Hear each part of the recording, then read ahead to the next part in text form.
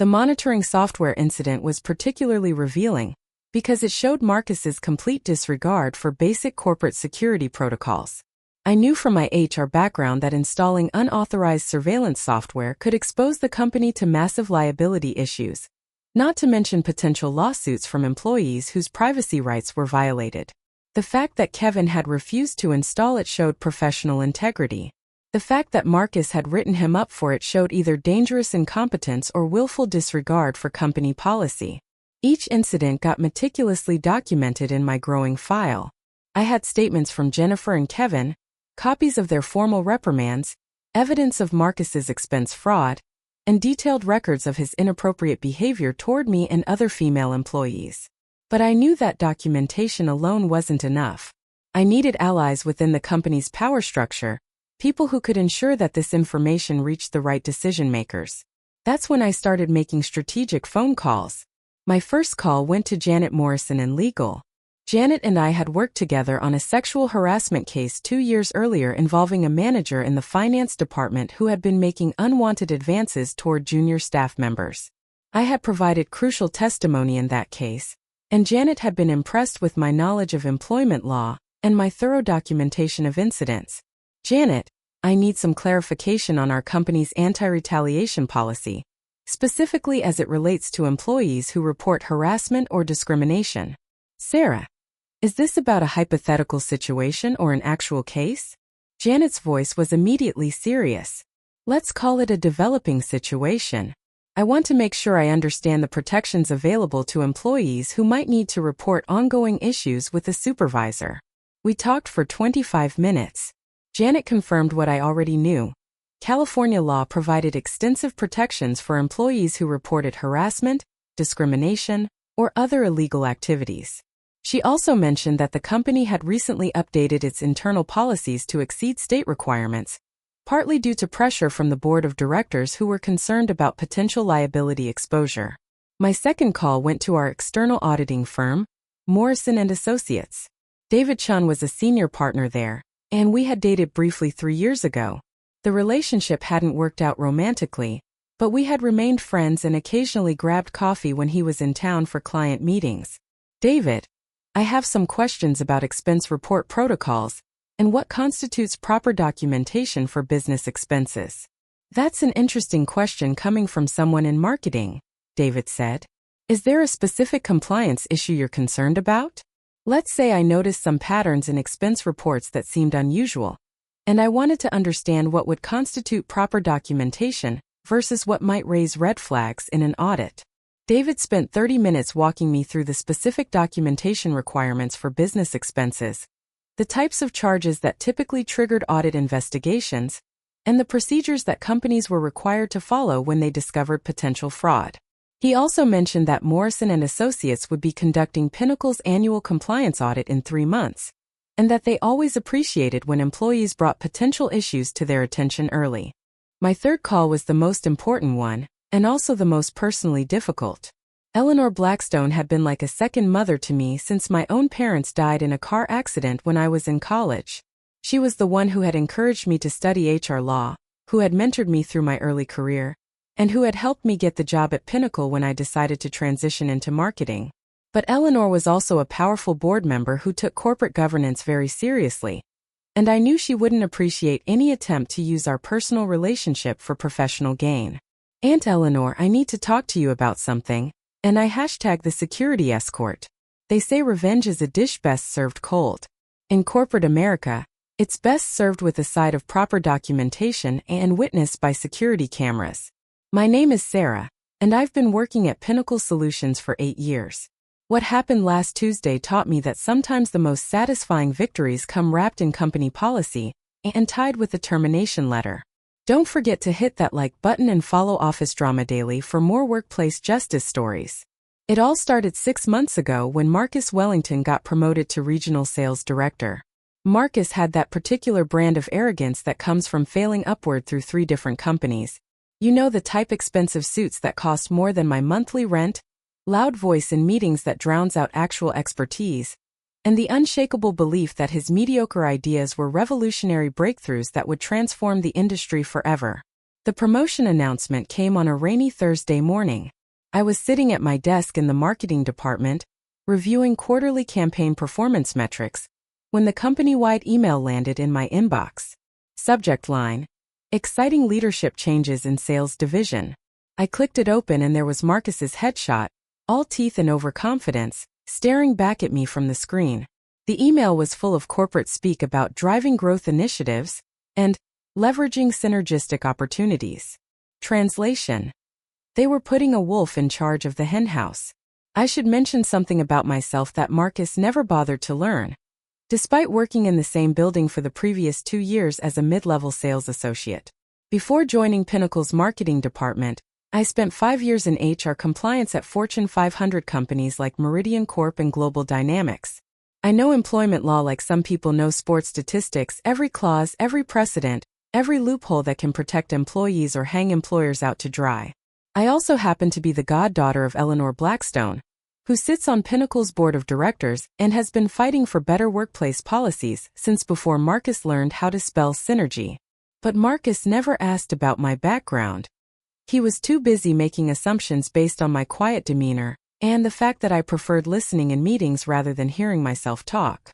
See, I learned early in my career that the people who talk the loudest usually have the least to say. The ones who really run things, who really know where all the bodies are buried, tend to be the ones taking notes in the corner. I've always been a note-taker. It's amazing what people will say and do when they think nobody important is paying attention. Marcus's first week as regional sales director was like watching a disaster in slow motion. He scheduled back-to-back alignment meetings with every department, showing up 20 minutes late to each one while furiously typing on his phone. During his meeting with marketing, he spent 45 minutes explaining social media to people who had been running digital campaigns since before he figured out what Instagram was. He kept referring to millennial engagement strategies and viral content optimization, like he'd invented the internet personally. The second week, he decided to restructure the sales process by implementing a new CRM system that nobody had asked for, and that cost the company $60,000. The system crashed on day 3, losing 2 weeks' worth of client data. Marcus blamed IT for inadequate technical infrastructure and suggested we needed more forward-thinking technology partners. But it was during my quarterly review in month 3 that I got my first real glimpse of who Marcus Wellington truly was beneath the expensive veneer. He had scheduled the meeting for 2 p.m. on a Tuesday, then showed up at 2:27 with a venti latte from the overpriced coffee shop downstairs, his phone buzzing constantly in his other hand. He barely glanced at the performance metrics I had prepared, detailed reports showing how my marketing campaigns had generated over $400,000 in new business during the previous quarter. "Sarah, right?" he said, settling into his chair and finally putting the phone face down on the table. This despite the fact that we had worked in the same building for almost 8 months, had been in dozens of meetings together, and had collaborated on at least 6 major client presentations. "Look, I'm gonna be straight with you. Your numbers are fine, good actually. But I need someone with more presence on my team." I kept my voice level and professional. "Could you clarify what you mean by presence, Marcus?" He leaned back in his chair, fingers steepled, like he was about to drop some profound wisdom on me. You know, someone who commands attention when they walk into a room. Someone who looks the part, if you catch my drift. His eyes did a slow, deliberate scan from my face down to my blazer and back up again, lingering just long enough to make my skin crawl. "Maybe consider updating your wardrobe? Professional development is important in a client-facing role. You want to make sure you're projecting the right image, especially when you're representing the company to potential investors or high-value clients." I felt the familiar knot forming in my stomach, the same feeling I had gotten back in my HR days when I knew I was about to document something that would end up in a legal filing. "I see. And what specific aspects of my professional image do you think need improvement?" Marcus chuckled, the sound condescending and oily. "Well, you're obviously intelligent, but intelligence only gets you so far. Clients want to work with people who look successful, who look like winners. Maybe something more form-fitting? Show that you take pride in your appearance. And smile more. Men respond better to women who seem approachable and friendly." I documented everything. Date Tuesday, October 15th. Time 2:27 p.m. to 3:05 p.m. Location Conference room see witnesses. None, but the room was equipped with standard security cameras. Direct quotes written verbatim in my notebook, including his suggestion that I wear more form-fitting clothing and his comment about how men respond better to women who seem approachable. Old habits from my HR days. Always document everything. Always assume that someday someone is going to ask you to prove exactly what was said when it was said and who else knew about it. Over the next month, Marcus's behavior escalated in ways that would have made my old HR colleagues reach for their legal pads. He started scheduling mandatory team meetings at 6 a.m., claiming it showed real commitment to excellence, and that successful people start their day before the competition even wakes up. When I mentioned that I needed to arrange childcare for such early meetings, my daughter Emma was only 7 and couldn't exactly get herself ready for school, he shrugged dismissively. Sounds like a personal problem, Sarah. Maybe this role isn't the right fit if you can't handle the demands. He said this while scrolling through something on his phone, not even bothering to make eye contact. I need team members who are 100% committed, not people who are going to make excuses about family obligations.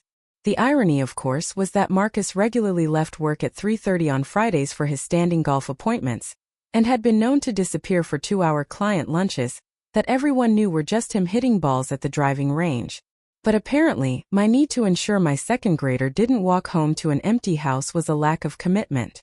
During our weekly one-on-ones, which Marcus had instituted as part of his hands-on leadership approach, he began making increasingly inappropriate comments that I cataloged with the methodical precision of someone who had spent years building harassment cases. That dress is very form-fitting today, Sarah. Good choice, very professional but still feminine. Or you should smile more during client calls. Studies show that men respond better to women who project warmth and approachability. Each comment got carefully logged in my growing file, complete with timestamps and verbatim quotes. The most egregious incident came during a video conference with our biggest client, Hartwell Manufacturing. We were presenting a new campaign strategy that I had developed over 6 weeks of research and analysis. Halfway through my presentation about their target demographic trends, Marcus unmuted himself and interrupted. Sarah, could you adjust your camera angle? You're looking a little washed out on our end. Then, supposedly to the client but clearly intended for me to hear. Sorry about that, gentlemen.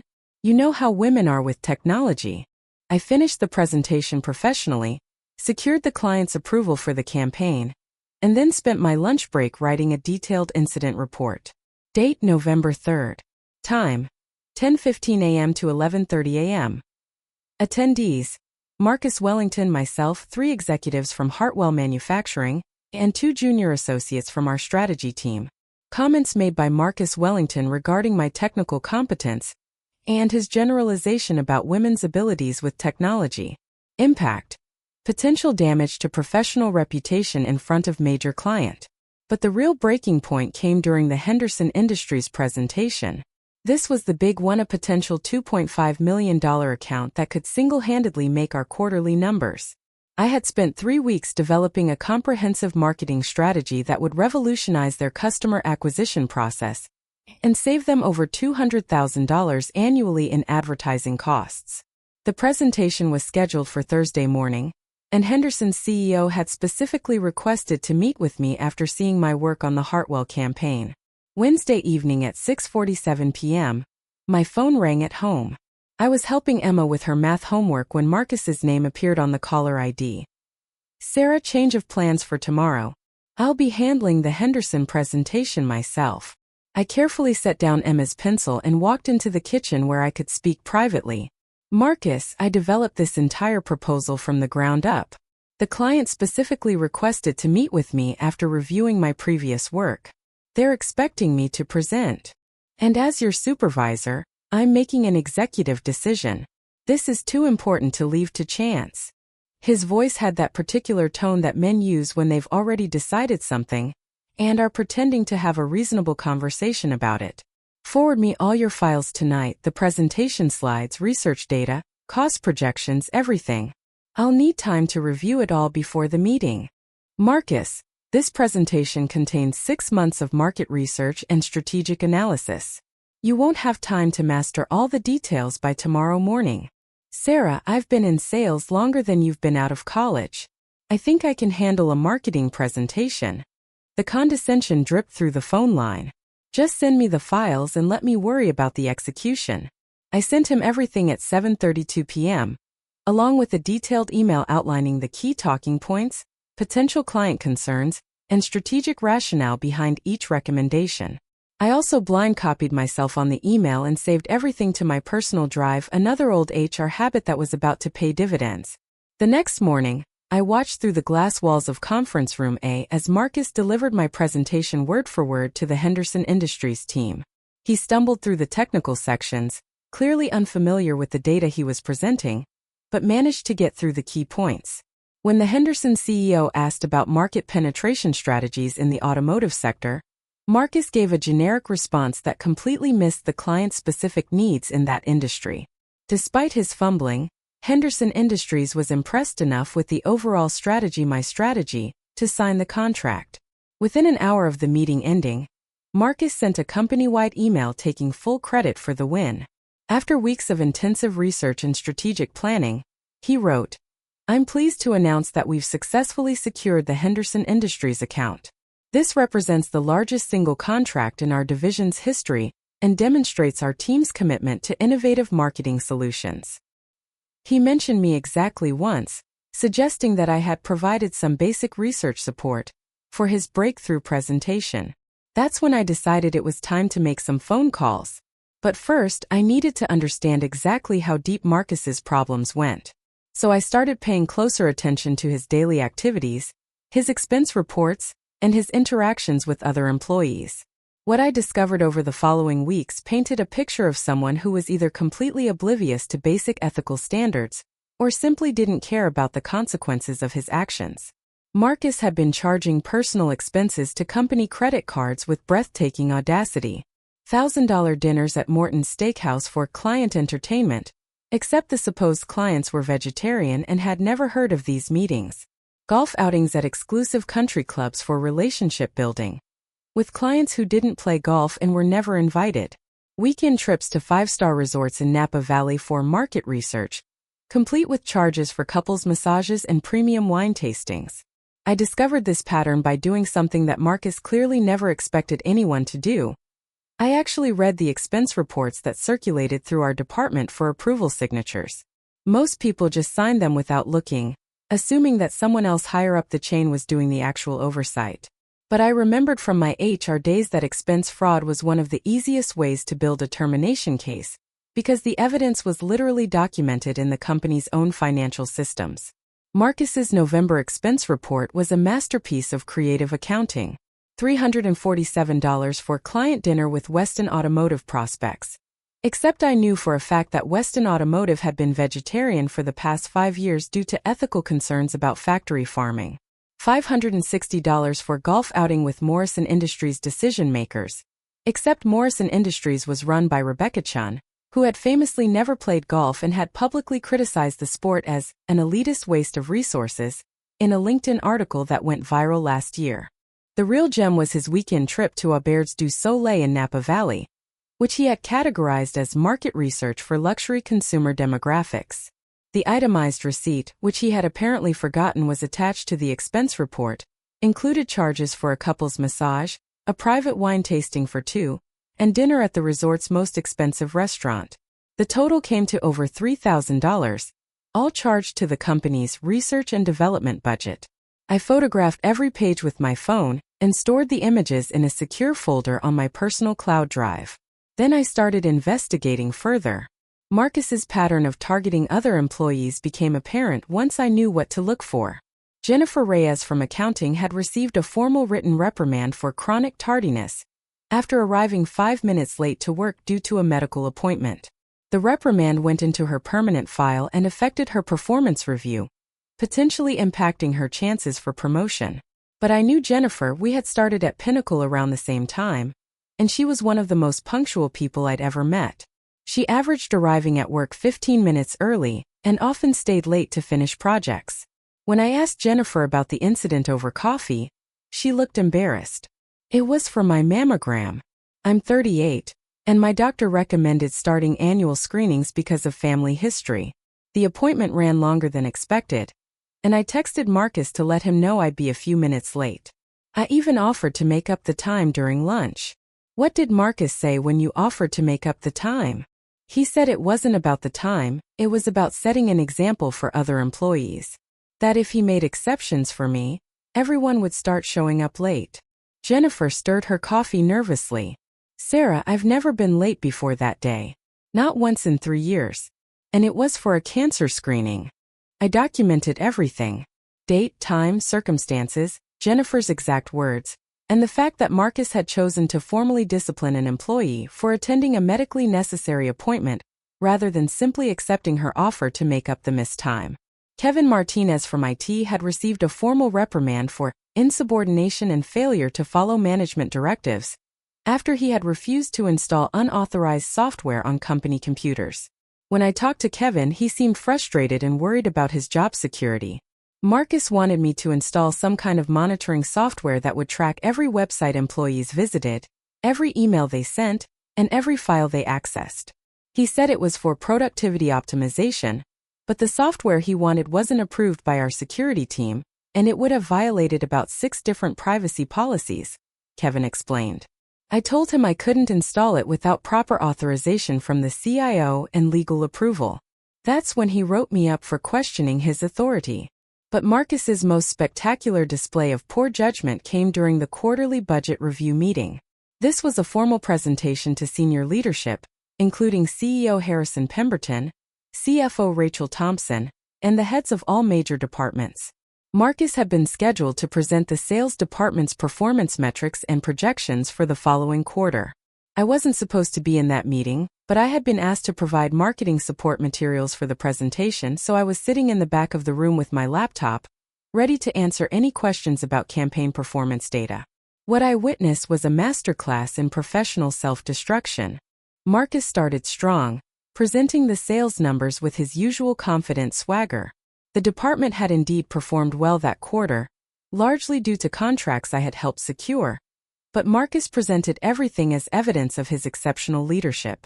Under my direction, the sales team has exceeded targets by 18%, he announced, clicking through slides that showed impressive revenue growth.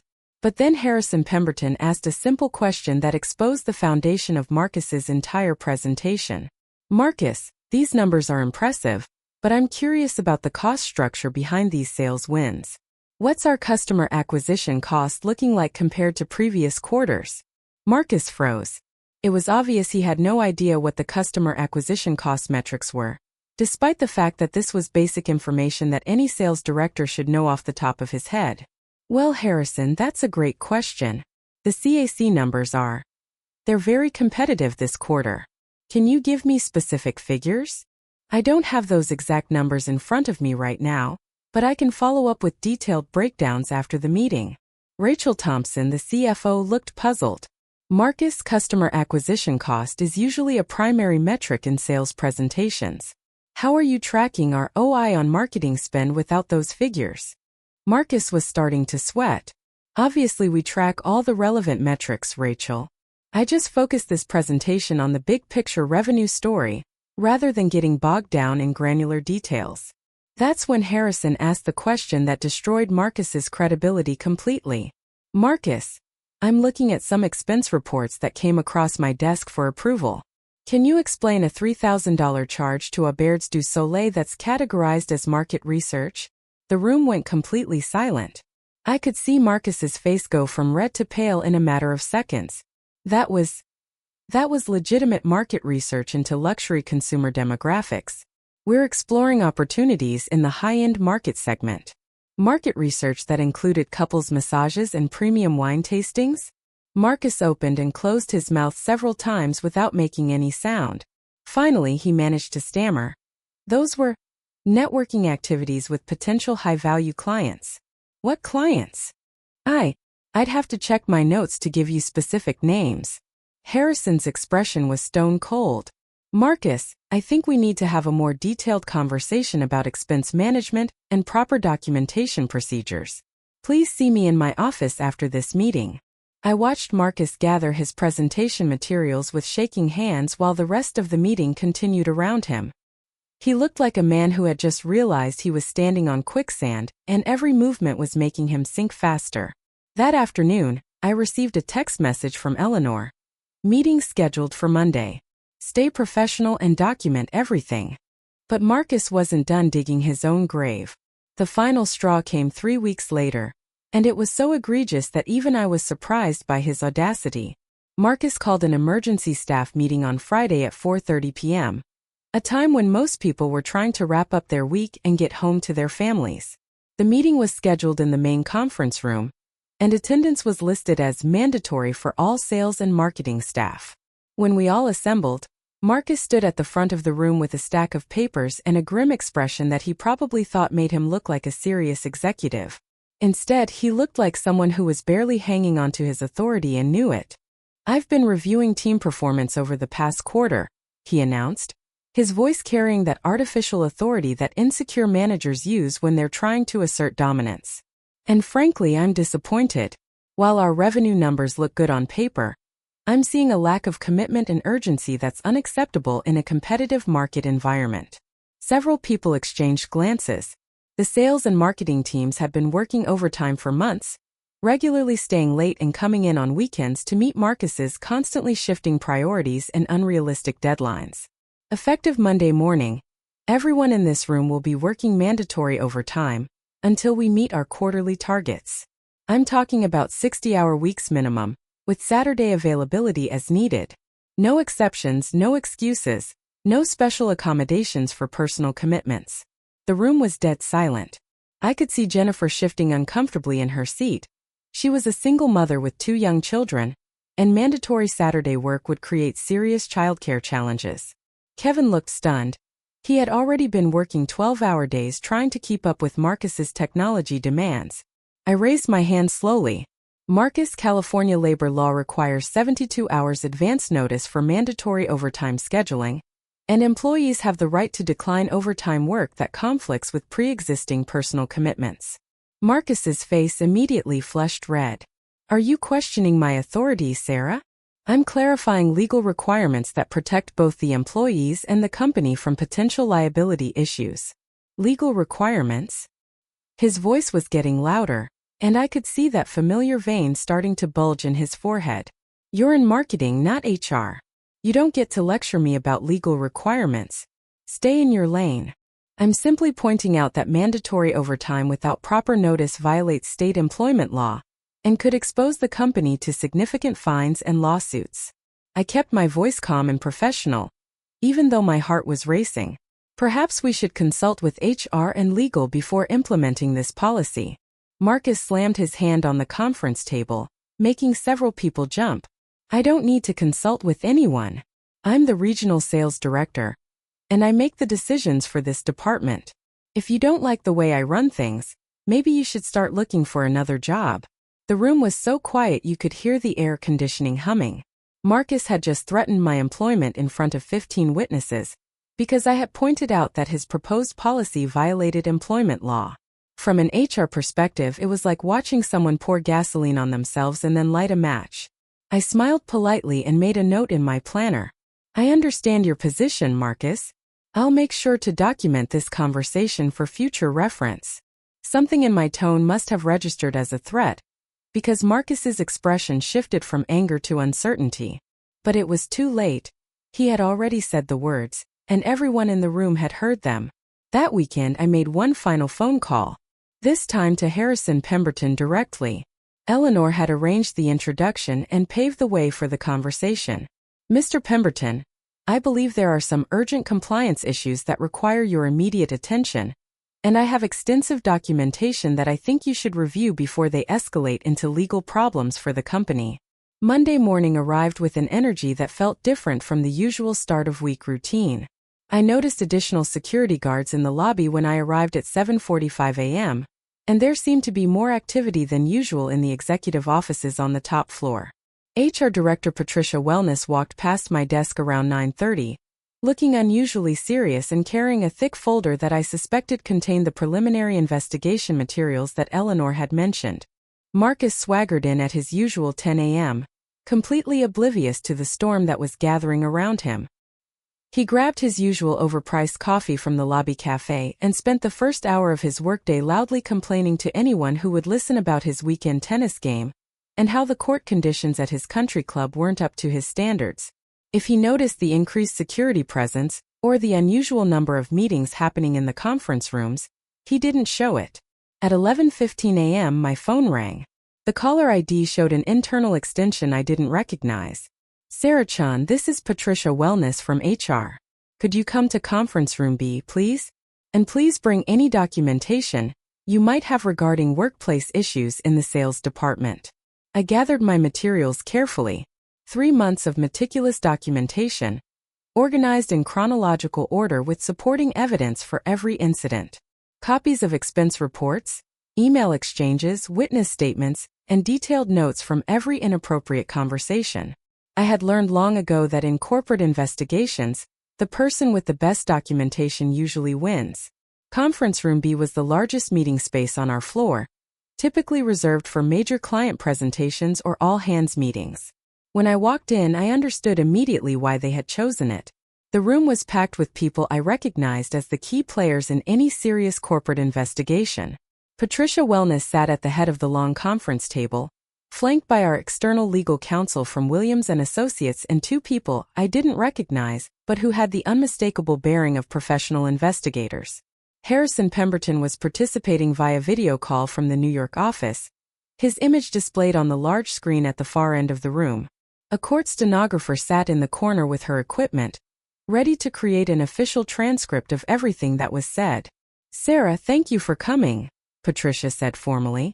We understand you have some documentation regarding potential workplace violations in the sales department. Before we begin, I want to assure you that the company takes these matters very seriously, and that you are protected by both state and federal anti-retaliation laws. One of the investigators, a woman in her 50s with steel gray hair and sharp eyes, leaned forward. Miss Chan, I'm Detective Linda Morrison from the State Labor Board's Fraud Investigation Unit. We've been asked to review some allegations regarding expense fraud and workplace harassment. We understand you have extensive documentation. For the next 2.5 hours, I presented my evidence with the methodical precision of someone who had spent years building legal cases. I started with the harassment and discrimination incidents, walking through each inappropriate comment Marcus had made, complete with dates, times, locations, and witness information where available. I showed them copies of the formal reprimands he had issued to Jennifer and Kevin for refusing to accept his inappropriate demands. Then I moved to the expense fraud. I had printed out copies of Marcus's expense reports going back 6 months, along with supporting documentation that proved many of his claimed business expenses were actually personal charges. The $3,000 Napa Valley trip, the vegetarian steakhouse dinners, the golf outings with clients who didn't play golf, the couple's massages and wine tastings categorized as market research. The investigators took detailed notes. The legal counsel asked pointed questions about company policies and whether Marcus had received proper training on expense procedures. Harrison Pemberton's expression grew increasingly grim as the presentation continued, especially when I showed him copies of the expense reports he had already questioned in the budget meeting. Miss Chan, Detective Morrison said, this level of documentation is exceptional. How long have you been collecting this information? I started documenting incidents 3 months ago, when the harassment began escalating. The expense fraud patterns became apparent when I started reviewing department financial reports as part of my normal job responsibilities. And what's your background that enabled you to recognize these patterns? I spent 5 years in HR compliance at Fortune 500 companies before transitioning to marketing. I specialized in workplace harassment cases and expense fraud investigations. One of the other investigators, a younger man with a laptop, looked up from his notes. Miss Chan, you mentioned that Mr. Wellington threatened your employment when you questioned his overtime policy. Do you have witnesses to that statement? 15 employees were present in conference room A when he told me I should start looking for another job if I didn't like the way he ran the department. I can provide you with a complete list of names and contact information. At 1:30 p.m., there was a soft knock on the conference room door. Patricia's assistant peered in nervously. Excuse me. Marcus Wellington is here for his meeting. Patricia nodded to the security guards who had been standing quietly by the door. Please escort him in. This was the moment I had been building toward for 3 months. Every documented incident, every carefully preserved piece of evidence, every strategic phone call and calculated risk had led to this confrontation. Marcus was about to walk into a room full of investigators, lawyers, and executives who knew exactly what he had been doing and had the evidence to prove it. The door opened and Marcus walked into the room with his usual swagger, then stopped short when he saw the assembled group. His confident smile faltered as his eyes swept across the table, taking in the investigators, the legal counsel, the court stenographer, and finally settling on me sitting calmly with my organized folders spread out in front of me. "What's all this about?" he asked, his voice already carrying a note of uncertainty that hadn't been there when he walked through the door. "Mr. Wellington, please have a seat," Patricia said in the formal tone that every HR director uses when they're about to end someone's career. "We need to discuss some serious allegations regarding your conduct as regional sales director." Marcus glanced around the room again, his swagger evaporating as the reality of the situation began to sink in. His eyes lingered on the court stenographer, the legal counsel, and the investigators before finally settling on me with a look that was equal parts confusion and dawning horror. "Allegations? What kind of allegations? Who's been saying what?" Detective Morrison consulted her notes with the deliberate slowness of someone who wanted to ensure every word was clearly heard and recorded for posterity. Gender-based discrimination and sexual harassment, systematic expense fraud totaling over $15,000, retaliation against employees who refused to violate company policies, violations of state labor regulations regarding mandatory overtime, and threats against employees who attempted to inform you of legal requirements. Marcus's face went through a rapid color change from pale to red as the blood rushed back. His hands were visibly shaking now as he gripped the arms of his chair. "This is absolutely ridiculous. This is a complete witch hunt. Someone's been gunning for my job since day one, and they're making up stories to get me fired. Multiple employees have filed formal complaints," Patricia replied smoothly, her voice carrying the practiced neutrality of someone who had handled dozens of these termination meetings. "We have extensive documentation spanning several months, including witness statements, financial records, email correspondence, and recorded incidents." "Documentation? What documentation?" Marcus's voice cracked slightly, and I could see a bead of sweat forming on his forehead despite the air conditioning. "I demand to know who's been spreading lies about me. I have a right to face my accusers." The lead investigator opened the thick folder that contained copies of everything I had provided, the papers making a satisfying rustling sound in the otherwise silent room. Recorded instances of inappropriate comments regarding female employees' appearance and clothing, with specific dates, times, and witnesses.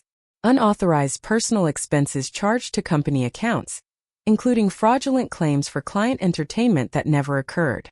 Retaliatory actions against employees who questioned your directives or refused to violate company security protocols. Threats made against employees who attempted to inform you of legal requirements. "Shall I continue reading the complete list, Mr. Wellington?"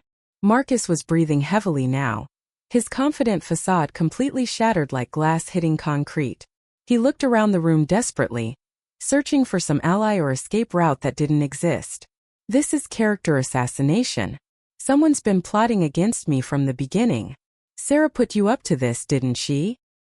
He pointed at me with a trembling finger, his voice rising to nearly a shout. "She's been undermining my authority since I got promoted. She's jealous because I got the position she wanted.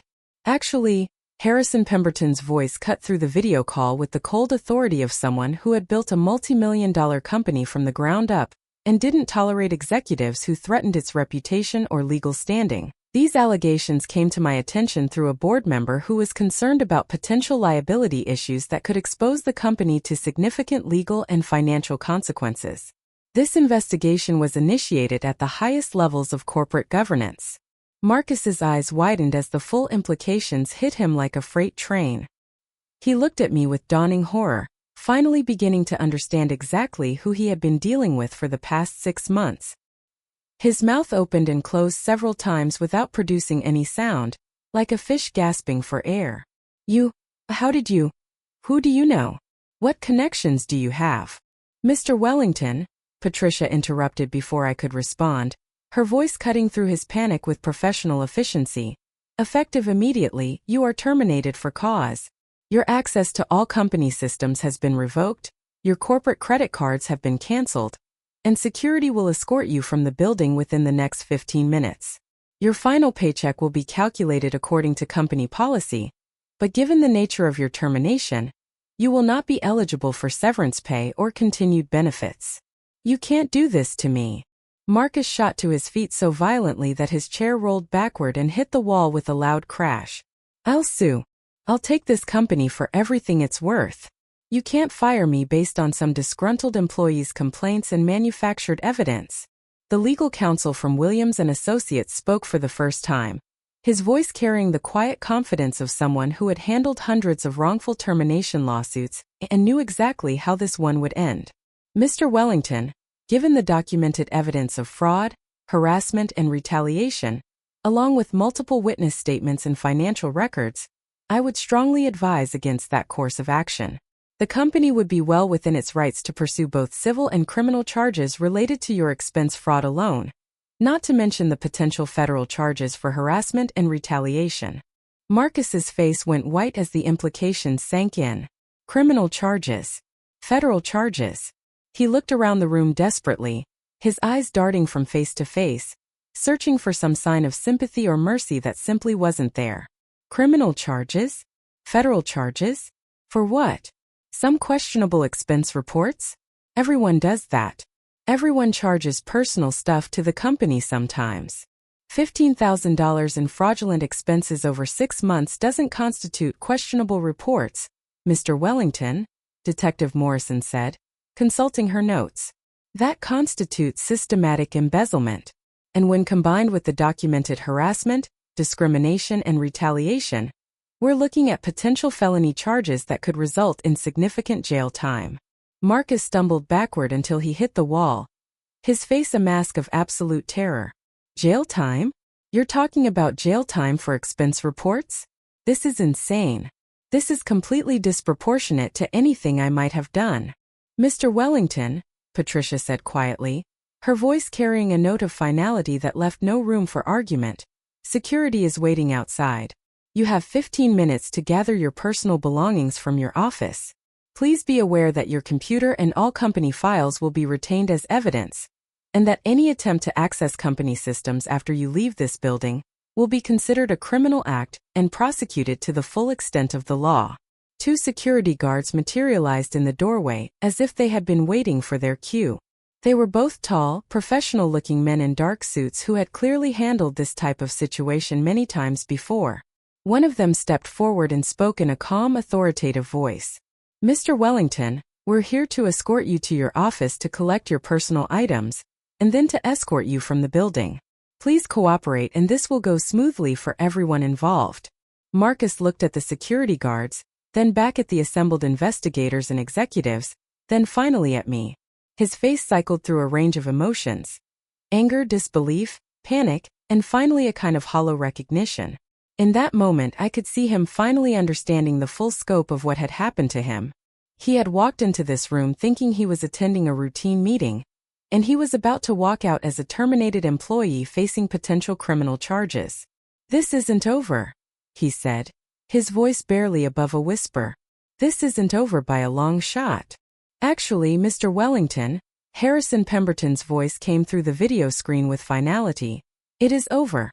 Your employment with Pinnacle Solutions is terminated, and we will be cooperating fully with any criminal investigation that may result from your actions. Marcus stumbled toward the door, flanked by the 2 security guards who maintained a professional distance while making it clear that he had no choice but to come with them. At the threshold, he turned back one last time, his face a mixture of shock, rage, and disbelief. His eyes met mine across the conference room table, and in that moment he finally understood exactly who he had been underestimating for the past 6 months. The quiet marketing employee who never spoke up in meetings. The woman he had dismissed as lacking presence. The subordinate he had harassed and threatened and tried to intimidate into silence. She had been documenting everything, building a case with the methodical precision of someone who knew exactly how corporate investigations worked. She had connections he never knew about, legal knowledge he never suspected, and the patience to let him destroy himself while she gathered evidence. I remained perfectly calm, my hands folded in my lap, watching as 8 years of corporate experience and 3 months of careful documentation destroyed his career in real time. I didn't gloat. I didn't smile triumphantly. I simply watched with the same professional demeanor I had maintained throughout his entire reign of terror. As the security guards prepared to escort Marcus from the building, one of the investigators called out, "Mr. Wellington, you should be aware that the State Labor Board and the District Attorney's Office will likely want to interview you regarding these charges. We strongly recommend that you retain legal counsel." Marcus's shoulders sagged as the full weight of his situation settled on him like a heavy blanket. He wasn't just losing his job. He was facing potential criminal prosecution, civil lawsuits, and the complete destruction of his professional reputation. His expensive suits, his country club memberships, his luxury car payments, all of it was about to disappear. "Security is waiting outside," Patricia said quietly, her voice carrying a note of finality. "Please gather your personal belongings. You have 15 minutes.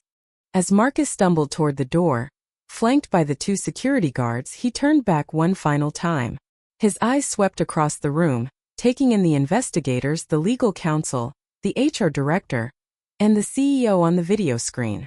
But his gaze finally settled on me, sitting calmly at the conference table with my folders of evidence neatly organized in front of me. In that moment, Marcus Wellington finally understood exactly who Sarah Chan really was. Not the quiet marketing employee he could dismiss and harass. Not the subordinate he could threaten and intimidate. But a former HR compliance specialist with 5 years of experience building legal cases against executives, exactly like him. Someone with connections to the board of directors and knowledge of employment law that could destroy careers. Someone who had been 3 steps ahead of him from the very beginning. I simply smiled and closed my laptop. Thanks for watching. Don't forget to follow Office Drama Daily and check out our other incredible workplace justice stories. D in the formal tone that every HR director uses when they're about to end someone's career. We need to discuss some serious allegations regarding your conduct as regional sales director. Marcus glanced around the room again, his swagger evaporating as the reality of the situation began to sink in. Allegations? What kind of allegations? Detective Morrison consulted her notes with the deliberate slowness of someone who wanted to ensure every word was clearly heard and recorded. Gender-based discrimination and harassment, expense fraud, retaliation against employees who refused to violate company policies, and violations of state labor regulations regarding mandatory overtime. Marcus's face went pale, then flushed red as the blood rushed back. This is ridiculous. Who's making these accusations? Multiple employees have filed complaints, Patricia replied smoothly. We have extensive documentation spanning several months, including witness statements, financial records, and recorded incidents. Documentation? What documentation? Marcus's voice cracked slightly, and I could see his hands starting to shake. The lead investigator opened the thick folder that contained copies of everything I had provided. Recorded instances of inappropriate comments regarding female employees' appearance and clothing, with specific dates, times, and witnesses. Unauthorized personal expenses charged to company accounts totaling over $15,000 in fraudulent charges. Retaliatory actions against employees who questioned your directives or refused to violate company security protocols. Threats made against employees who attempted to inform you of legal requirements. Shall I continue? Marcus was breathing heavily now, his confident facade completely shattered. This is a witch hunt. Someone's been gunning for my job since day one. Sarah put you up to this, didn't she? He pointed at me with a trembling finger. She's been undermining my authority from the beginning. Actually, Harrison Pemberton's voice cut through the video call with the cold authority of someone who had built a company from the ground up and didn't tolerate executives who threatened its reputation. These allegations came to my attention through a board member who was concerned about potential liability issues that could expose the company to significant legal and financial consequences. Marcus's eyes widened as the implications hit him. He looked at me with dawning horror. finally beginning to understand exactly who he had been dealing with for the past 6 months. How did you? Who do you know? Mr. Wellington, Patricia interrupted before I could respond. Effective immediately, you are terminated for cause. Your access to company systems has been revoked, your corporate credit cards have been canceled, and security will escort you from the building within the next 15 minutes. You can't do this. Marcus shot to his feet, his chair scraping loudly against the floor. I'll sue. I'll take this company for everything it's worth. You can't fire me based on some disgruntled employee's complaints. The legal counsel from Williams & Associates spoke for the first time, his voice carrying the quiet confidence of someone who had handled hundreds of wrongful termination lawsuits. Mr. Wellington, given the documented evidence of fraud, harassment, and retaliation, along with multiple witness statements and financial records, I would strongly advise against that course of action. The company would be well within its rights to pursue both civil and criminal charges related to your expense fraud alone. Marcus's face went white as the implications sank in. Criminal charges. He looked around the room desperately, his eyes finally settling on me. I remained perfectly calm, my hands folded in my lap, watching as 8 years of corporate experience and 3 months of careful documentation destroyed his career in real time. Security is waiting outside, Patricia said quietly. You have 15 minutes to gather your personal belongings from your office. Please be aware that your computer and all company files will be retained as evidence, and that any attempt to access company systems after you leave this building will be considered a criminal act. Marcus stumbled toward the door, flanked by 2 security guards who had materialized as if from nowhere. At the threshold, he turned back one last time, his face a mask of shock and disbelief.